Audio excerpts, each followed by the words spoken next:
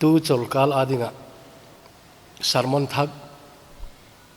recording humbol thei kiding kaum jekin ki pak kasama ma a recording ki bol ho hi ang ki thot do thei phat da thot do ai maya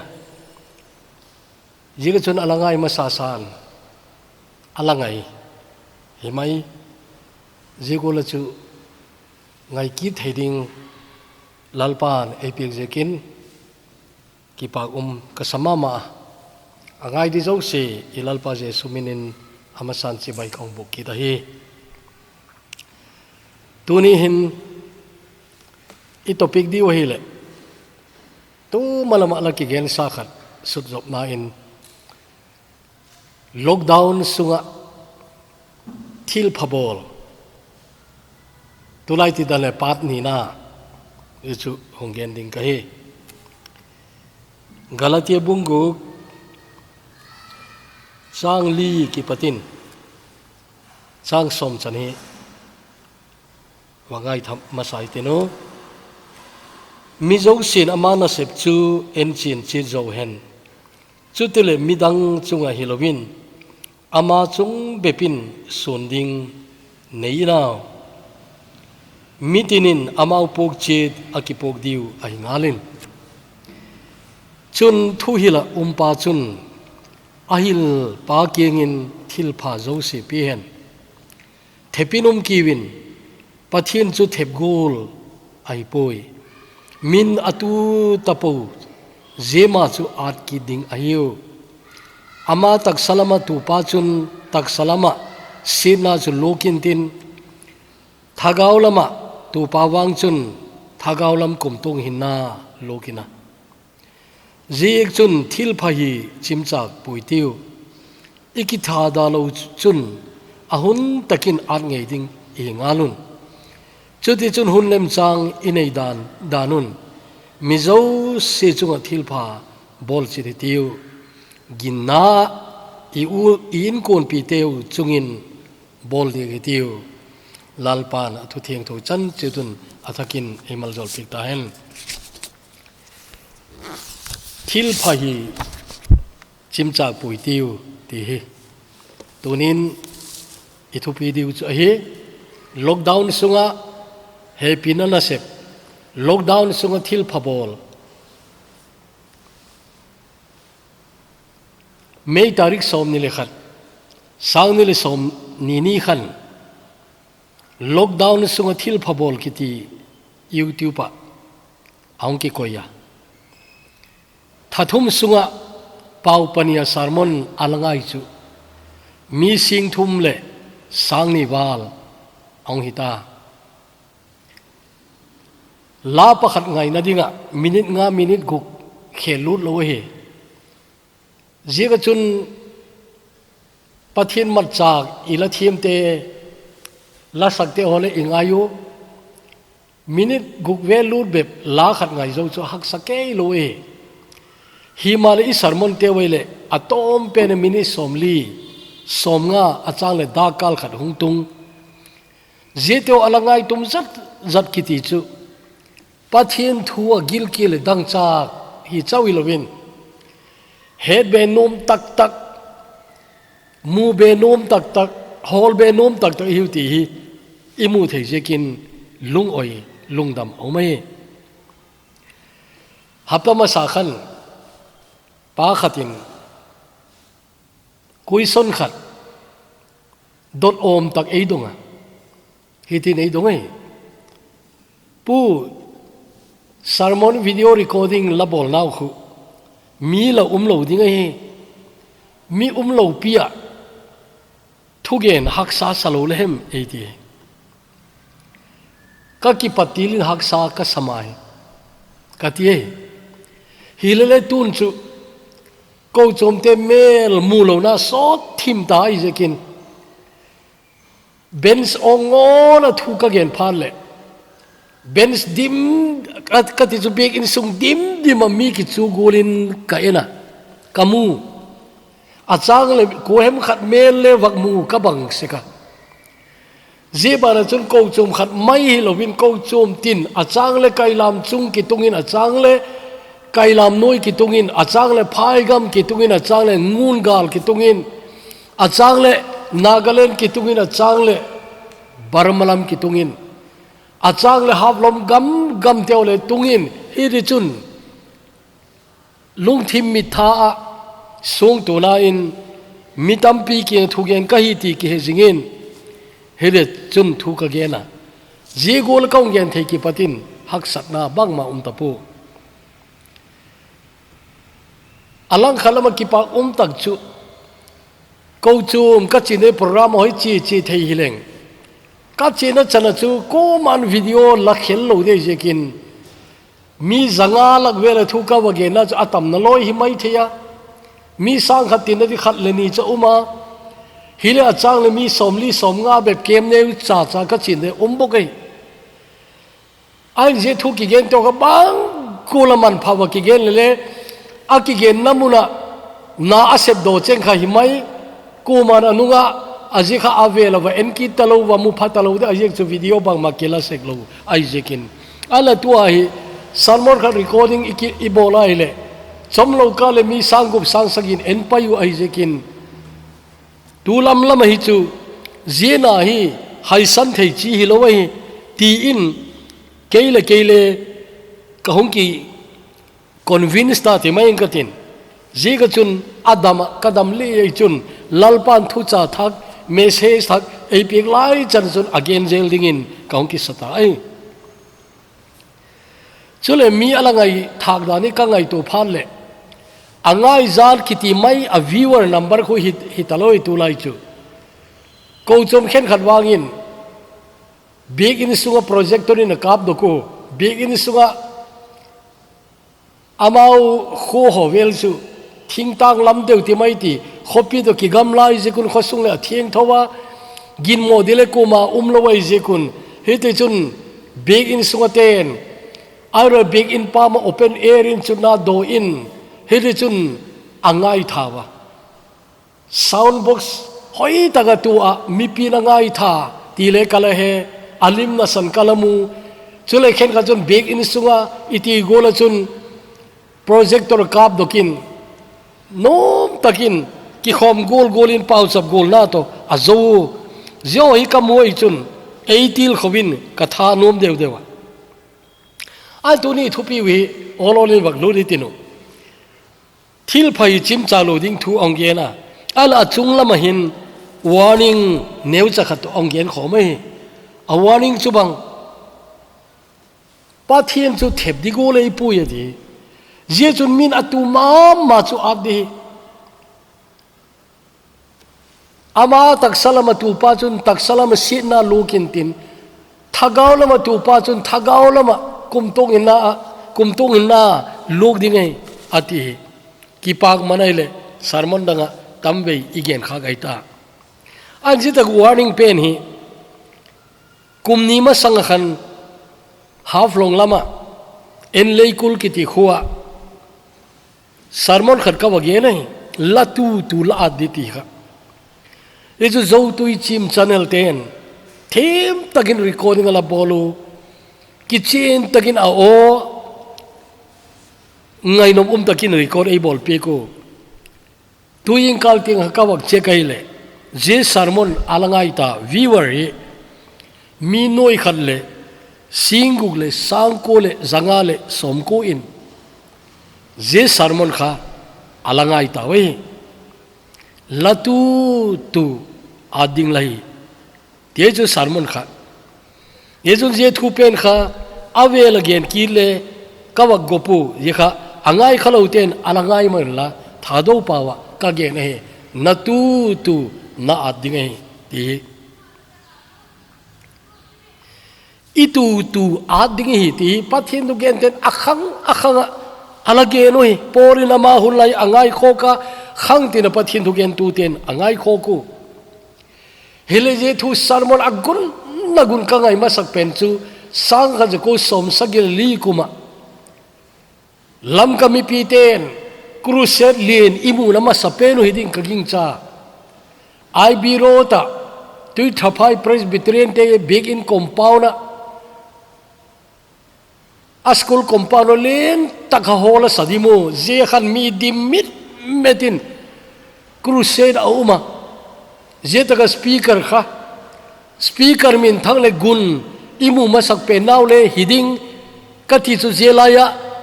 pathin tu alngai theita te ari kati speaker min thang le gun tak khowel het khama min thang lam katen ilamu masak pe na kangai chu evangelist walang ha ka kiti khai ton chu taksa ha lo takin adam na laya hung dam dokin ha dok kit le ti nop omma ma zenga himalaya ju pathin thu tu aita som sagi le li kuma hung lai khane le chu tangwal aina lai hile her kham taka india le gampam lama ki mangta alahi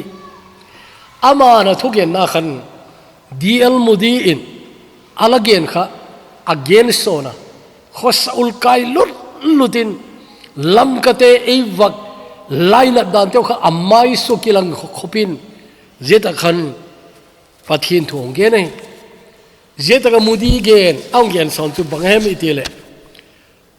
kolbu latu hele bu arpon latin sangmai latu le mai lo pon la latu lo chula an ngai pui jegola chun thagau lam le ahi thowi ti kha na sadem je ta khan again kha ka hemin lowe awai nu nga mudi gen ie no pai chun again na a o te o chu hole ka hol kha poi le ajik tho chu akimu latu ma chu ading lai ti hile amau gen o hi chu amau pathin amat dan dan again e zikin amau gen o hi thugen tu dagin wagen son thele hi manglo lalpan amau ho alamat ai ye to chu gen son le kalagupu abale tuni ka gen chu latu mama adile ti hekiu kowa aphalo lam tu te igama attamatam nalai imu phale lungthim anai ai tunin jewani nga ke parchun til khonalam waglur sugitinu thil phabol chimchak puitiu ikitha dalwai chun ahun taka lok ding hiwati ahun taka lok ding hi ithil phabol te chu athona chi khatle umlowe ilal pa je sun alagen ta kha kamina chun tuino khala pik mai tewle head mil umlo da ti khamo tui wat khat bon hemilo lalpan ei tep te pe la ngai to ai chun hoi tan ngai to le chin thil phabol hi na sep pha sep hi wachim chak ning chu hilai jang lo ai ala thil mak ta khat chu oma chim chak poi tiu ati le chu chim chak the hi ti na ai ki ta ye chun chim chak lo ding ikitil til chu angai ma ai an ken mak ka sak chu thil phalo bol te hi til khong ngai ke loi wai zia malaga chun min ti bol ta ki til le bol te yeng agun chu dan chu bol zom zelentino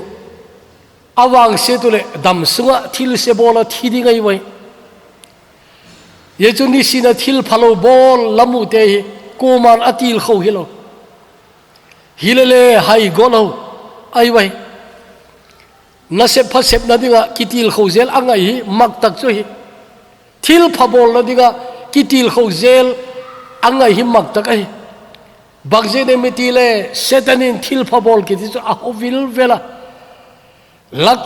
tak sa chung hi tale lakim la veli tale la in sungmi na ngoni tale mangcha in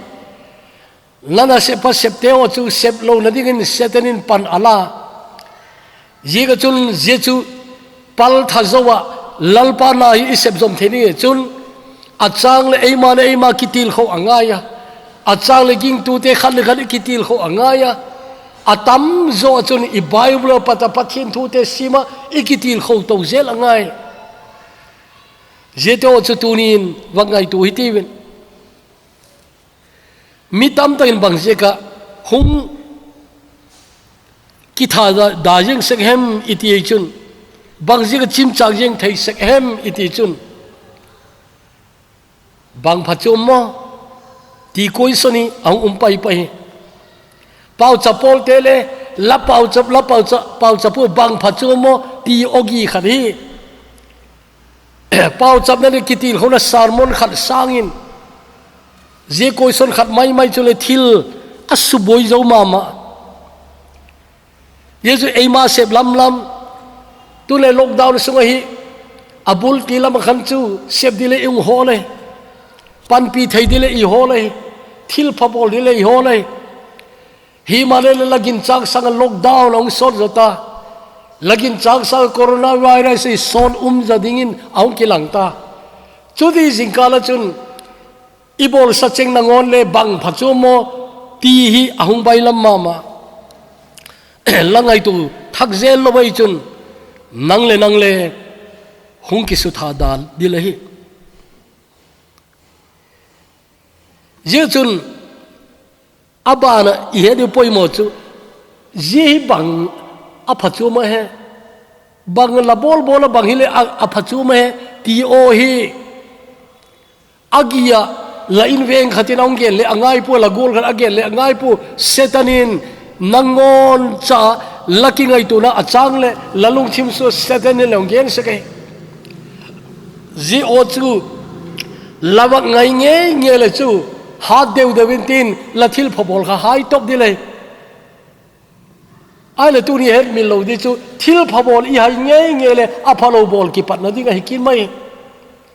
mihin ki di chu bol khat nei lo thelo dinga idam nak le bol khat nei lo thelo dinga damna te lalpa nei pi lungthim te lalpa nei pi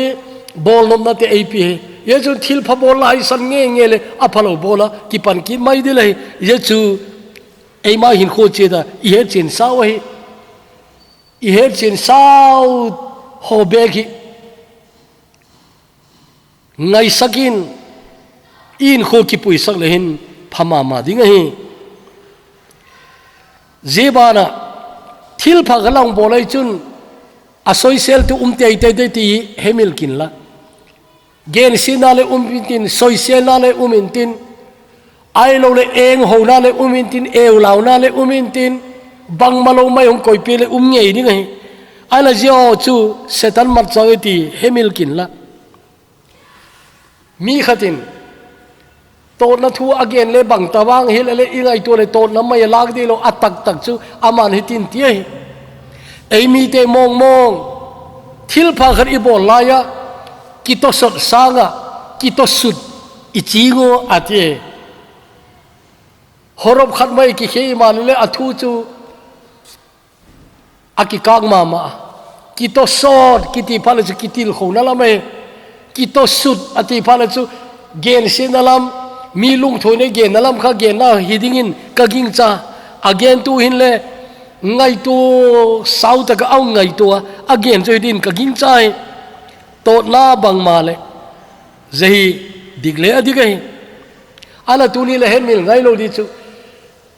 nangin la thok la gen sin hoi chu anne pane ba hi lahuk dam pa again sinau ngai tu in la sol chau pola gen sin te ngai tu in la lalpar mi ong ki pata hile again se tu di umai thinga sang pole amu ding hui a zo golin lalpar long ki peka aile lakimat nom na asan pole soi se la le tin ang mu ding hui te di ti le het mil ngai lo di apoi moi la isa siku mi hemin pak chalo male lalpan apak chalo di ginkin hem kha mi he minung pak chalo male le lalpa nung pak chadi ai jekin mi he mina pak cha anlo laya lalpa pak chalo di mong hi ngai le ngai tu kin lalpan hung he mi loi ti tu ni ingai tu poi moi ai tu ni hin lalpa na isep nau hin herjing dia poi mo chu ming hi thagawlama api ting tele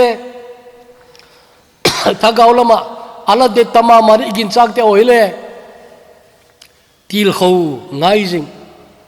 ki to sot ngai jing ai pan pile ngai jing ai wai mo si hil bon abana hung khama aron le horin aban adopi ko angai kha yezun kitosot ban zoi ta te kidop kang pi kitil khou tio hi na se pha isep nadinga isep zel nadinga poimo chu ai abanin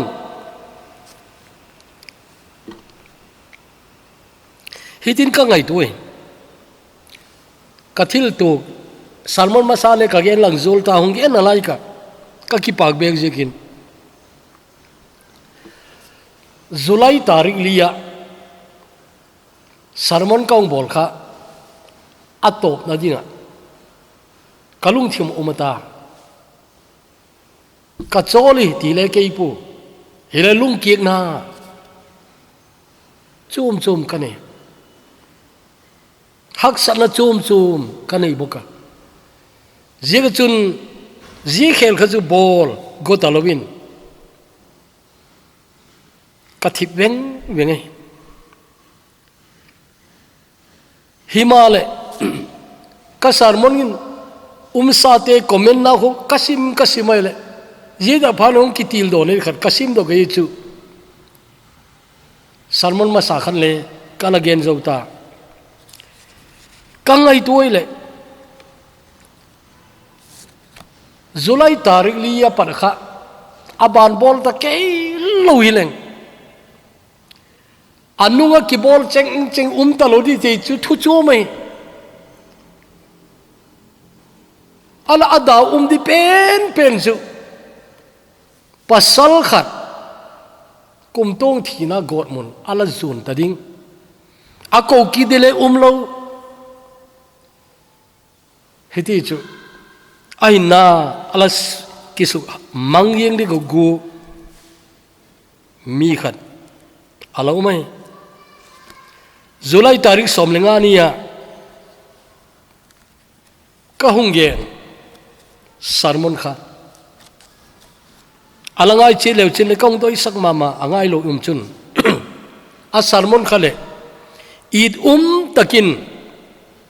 khoveri lanu sidim tie chu id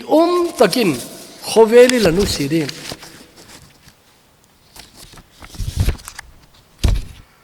je sarmon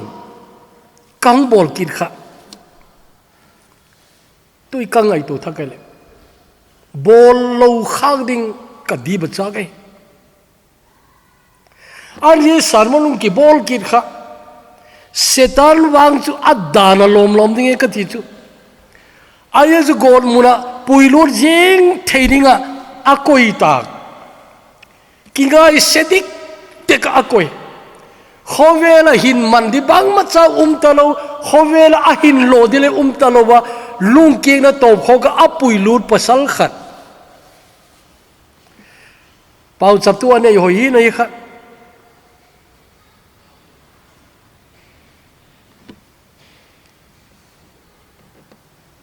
ka gen ta gol khan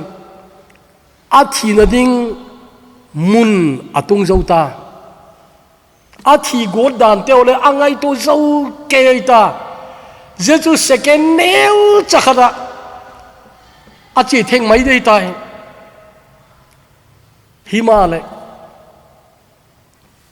a phone a message dinga ki good line athi na je kho gen lo theloi jekin jechu mek de ki good line takin youtube sermon khat awa mek khat lai zanga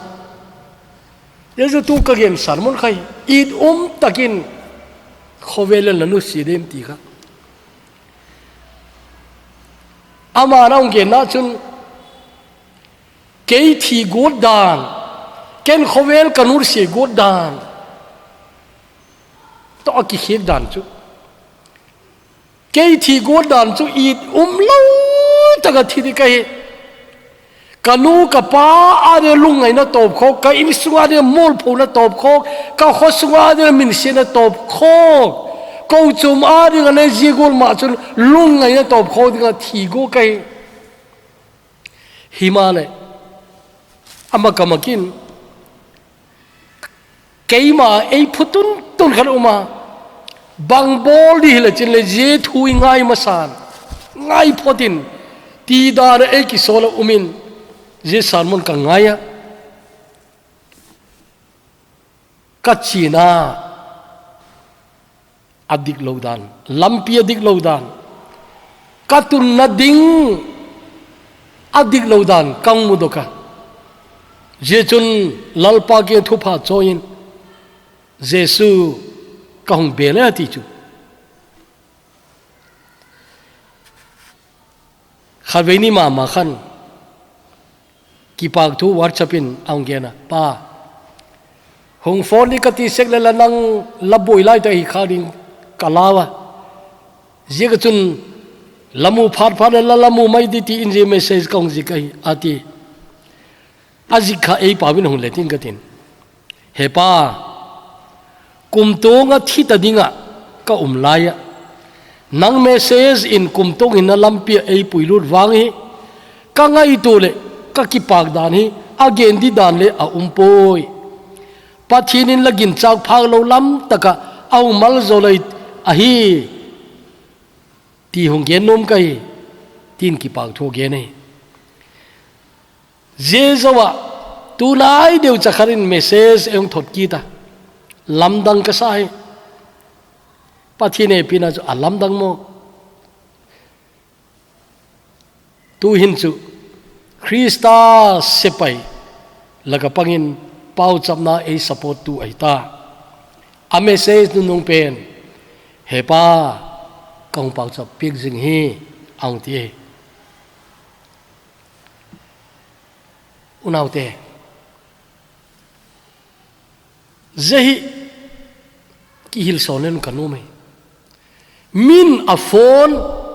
a thidi kon langonin a hin la ki suk mangding kon langonin kum tong hin na mu na ri min a phone manga tu ne chan a phone man thai na lam pi zot na mang na lai itam ma jengoi chu daum ka sai i chai nau tele a phone te o hi thagaw lama an ki hol be na ding thagaw lama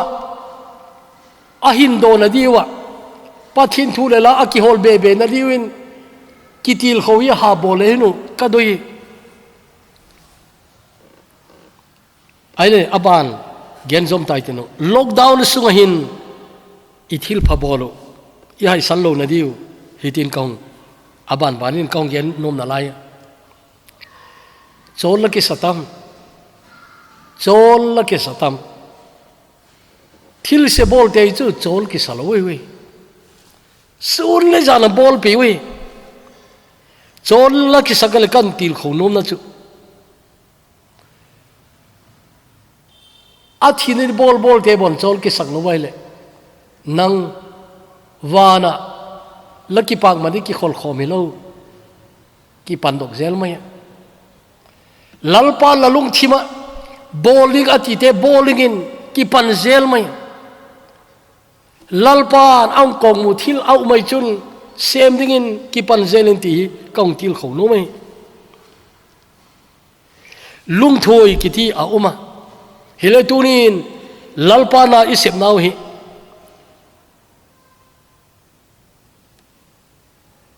hitin ngai tu hitino til kho tu ki ti lagin chak sanga tom ding hi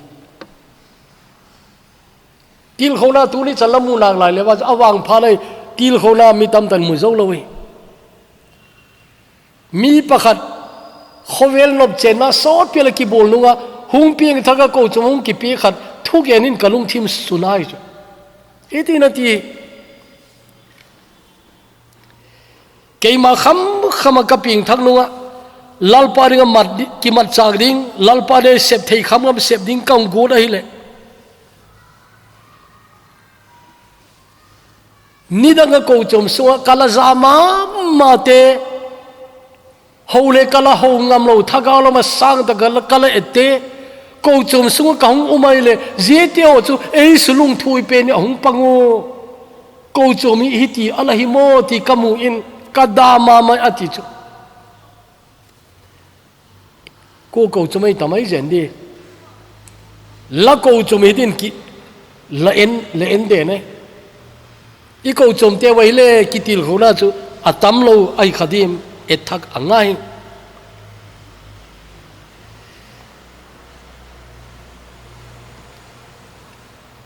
je bana dana point neu cha kaung gen lat kha tunin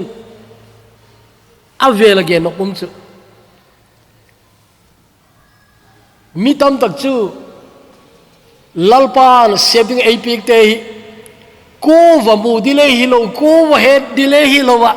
ei mangon cha ginum tak isep di lalpa nei pe seka je chu la sep ding ai lele lung thoi ki mi tam pin hele ngai po mi tam pin mu le ngai loi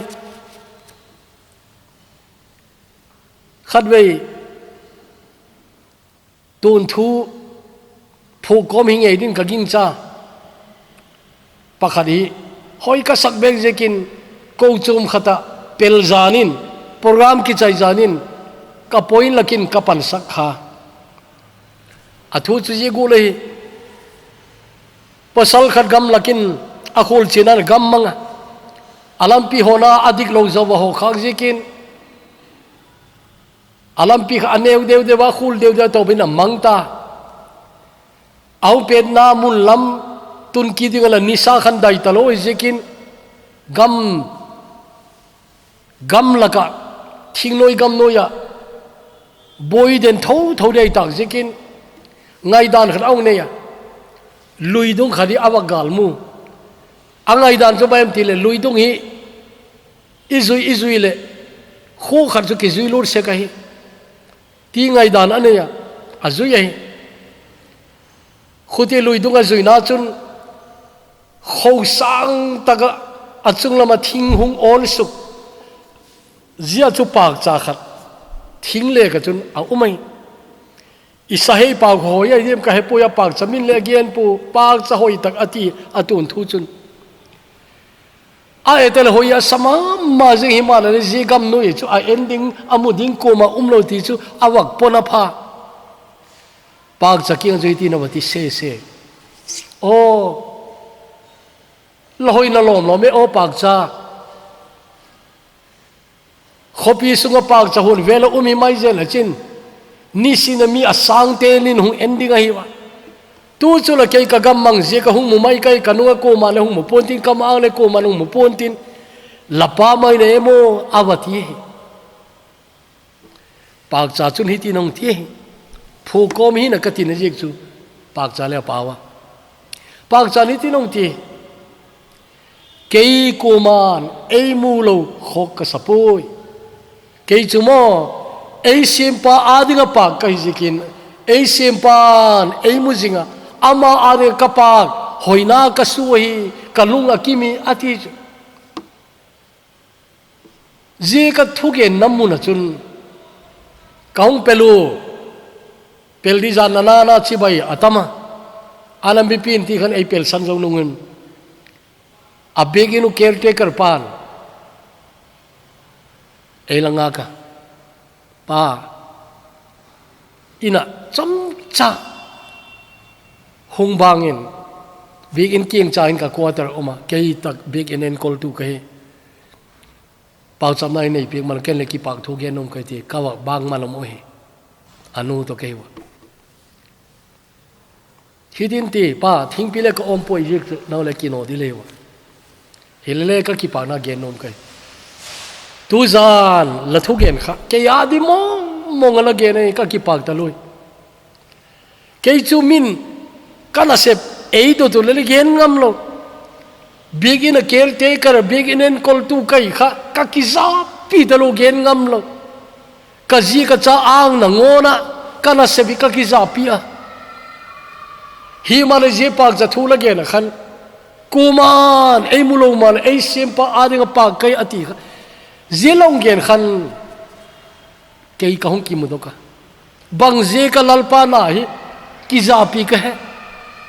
mi ngai thupi lo man legin tak cha je nai ka se bai chun lalpa aga chun je pak cha gol kha hoi di ngai ti kamu ta jen tun chu lalpa na ka sep nai lung oi ta ka sep di ke ati chu ama ading be baji ko chum ga chi hileng le akithamani asuma pek sen dei pu chu le ji gol ki het chen na le ki pak na chumo le chun tunin lalpana isep gol lai te o hin neu ki satalu a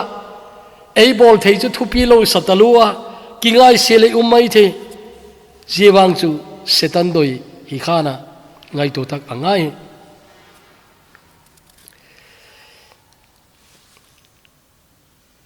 lockdown sungi so la sa ya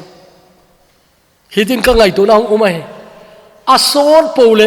lalpan ana sem na ninga hunlem chang apik sawaitin ngai phot phot lew hin keu lockdown sunga pathin du gen te le asau phot le sermon tam record ki bol le ka timaya ei pau cha pik zel lang ajik chu achang le message thak ki nei lo wai jekin tu chunga dile nini sung ka pau chap zowa je sermon hung pi nga hi kei gen go te ki hong mong lo pathin thui again ten hemai na igen god khole ki gen jing thei lai jang lo we ingai poi mo hi le gen ding hung ki hong zung hi lo we pathin ta gan asuk hin angaya ilung thim te a ki chien ta ei mu sak angaya abang chi le ken le lockdown sungi asot pole online sermon gen ta di lalpan 18 na 3 kaung lak lunga hin chu adam kadam nak le gen zom sel kasoma hele pau chapik tu te zal bepin message thak lalpan ap zela hi ale chang soma imu gula khan chang ko na chun chim chang lo di iki tha da lo chur ahun taka luk ding hiu ahun takin ad di wati ahun tak ti ngak do apoi mo ahun tak ti itun masangsi ki tha da lo di chang soma chun hunlem chang inei danun mizo se chung thil pha boli ti ati mizo se ti chu khoya ki hop zo lai jang di mizo se ki ti male lamazon jo nanang se pha khananga dinga chun je chu himaya abangele hunlem chang inei danu ati in lockdown sungi hunlem chang ngai tin ki tha da lo din pan na ding ki chila zia chun mizo se ati ba da khan aung lan neu zo dewa aw lang neu chu bang hem itile ginna in kon pi teu chung le bol degiti watile ko chumile ke thak deu zel angaya gina in kon pi te chunga ithil pha bol in a sepdi alhenai lo chun tuni hin zei ngai tu thak dingin tiki chila he gina in kon pi te ang tia hin ko chum hada khom chek chidile je boinan bangchan e op khum di himare boilo ding sep lo wale ala umum di tio bang oma je chun midang sa jonang hi thei zo himim lai ai lo le mi ne khola boi ta len nang he ne khola boi nai lo wai chun a boi te o ngai tu na te ga a angaya yoga ginna iunau te in kon pe pi te chunga ati chui tulai ko chom tam tan je i bol hoi ma zingo i ko chom sa hak sa bangul uma gen thei bangul uma ti kha mi mala ki pan pi tu te uma ko chom ina pan pina te ipi zena se pha kha asot je ka ki tha da lo dingin sem tau zeli tenu sep thei ki banglo pan theina ki banglo himanle i sep ding i ho lai chan sep dilal pan api bunguk changguk na kha wak en thak zo le no ko chom tam takin sei ong hedok pan panun ka he hitin ki tiai chu ei pa wa hi i hil chen ten lo wai le a he da ka azizik ta gale he theilo i mai theya thuila umpa chun ahil parking in thil phazo se pien ati thuila umpa ati chu je gola pathian tu ikil na te adong tu te chun ahil tu ke nga chun amale thil pha anei dan kha apek di wai ati nai chu ezu pathian tu gen ten awa gen di chi lei pu mi pi la ke joi hung mu do ka gen thei le chu pha pen di da nai Hile ei lak zieng nga hinchu again do hile yum lam le kahe pu galate bunguk changu meaning le angai tu khalo chu kitam di da rai hile ko chom khen han chu ami tu hung wa gi in kamu ko chomina amau king chanchin pha gen tu te wak somdol ki ti ang umpan pana hile muchu ki mutak tak nai lo abang ka sai tu ma deu khan ei lag hilo pau chum laka chanchin pha gen na sadaga matu acha anau tamzo pin thangna kha ma thu gen hi na tileng le ka gen khil lo mai the je to bang pathina sem tu khadhin minau pa jekin ama indile ki sakong ngai ta aina sai ain mundile ki choko mi chun ainong sa kawa ve ai pan pi theina khat khat ka nei dim ka ti kawa kan tha yena chuna ma king ka dong ai lain sakna hi ko chum mina pan pina ti oi lam kha sekem lam khatam ka ti le he pa mu malakin ni kha chu ko chum khat thoge ni ei chi lo hen ale ka in lo nalam ei ba hol ka lo in sakna lam umai ti kon ka in sakna mun ahunga ko pan pi malakin evangelist mai mai je gol in sak lagori sum khoi la la gem em ti mai mayu yati chu tamai se ei gam chumo ji gol ki hin lai ji gol mai mai chu ka sarman masalam ka gen ta kha igama chanchin phagen tu masa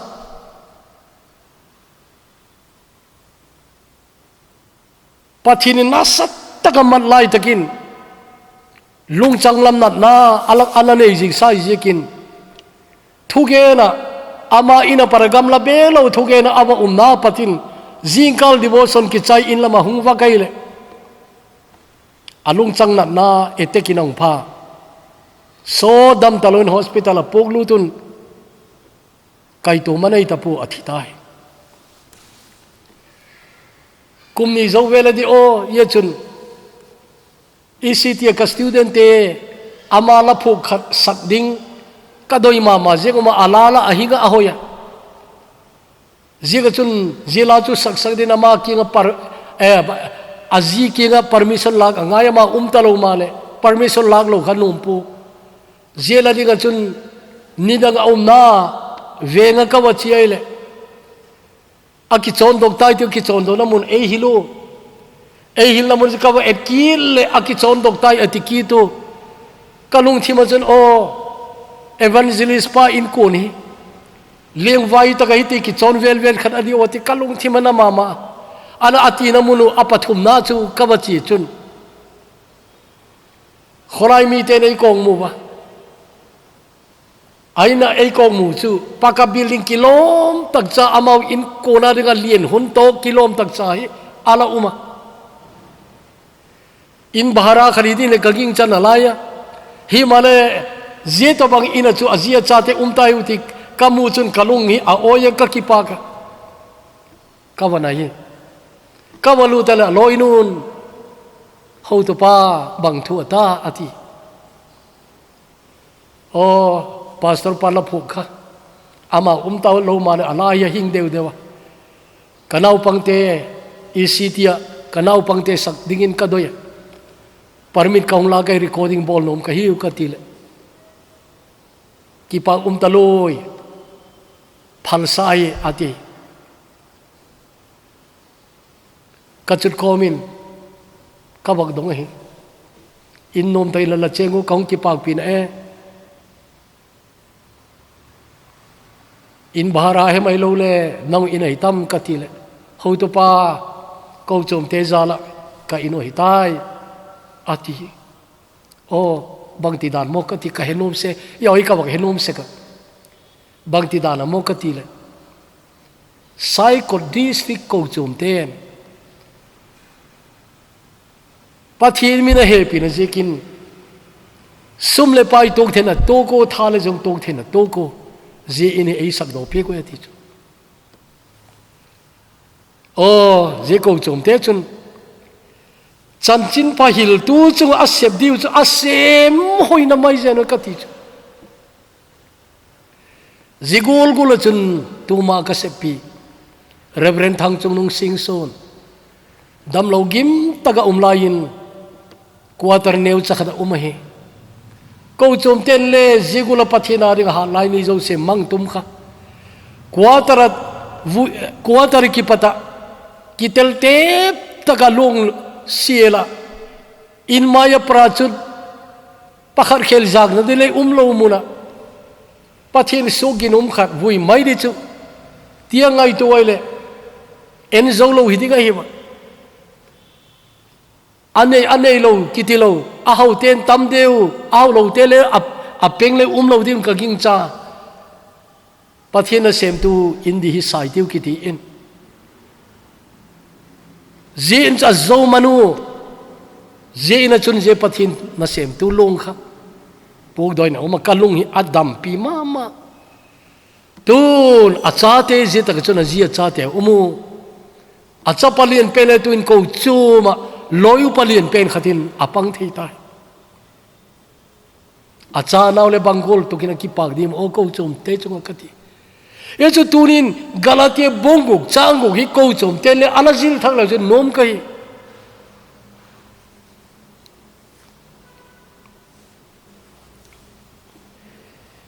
abangile le chu thu top na lama kaung mangta pathin na sem tu ten jo dik takin mu kinema lal na semi ko ma aum dile ka ging chapu zigula sem te chu aum ta ko le pathin mal som lo dingai ego pathin na sem tu ten pathin tu gen tu ten a her chin chu bang hemi tile ilal pa jesun mathai bung som changina alagena athonin lamu wa athonin wa pe dokun athonin lamu athonin wa pe dokun atika jeju pathin na sem tu ten ki her jekin mu kine malal na sem ki lowe hi manale ko chom te chun galatie bunguk changuk hi imo puna hi dan he thak ren ti nop ka sama mai atom na dingin thil phabol linga til khab i nawa ise doteu athon lo di aga ei ma man ilo ki daiti ki he in lalpana semitinu ilalpa ekine pipen chu ging tu te zo se zelung thim chu poding in eidoya azik chu mitin hi akinga kipang man sang ta dinga sempitin eino mai yega chun lockdown sung hong so dai le lalpan hun lem chang sau zo epegetin nga hi tenu aung ki chainung isep didanu chu hung ki theng to zelin tin hun pha imu ki le la pha imu ki zolo le ki si lo dingin lockdown sunga lalpana atam zo sem dok dingin thil pha tam zo bol dok dingin lalpa mine ki chi lai pau cha bitiu hepa luksin adim pathin tunin sermon ki gen sa ban job ki na gen thei kaum jigin lakin ki pak thok ka gen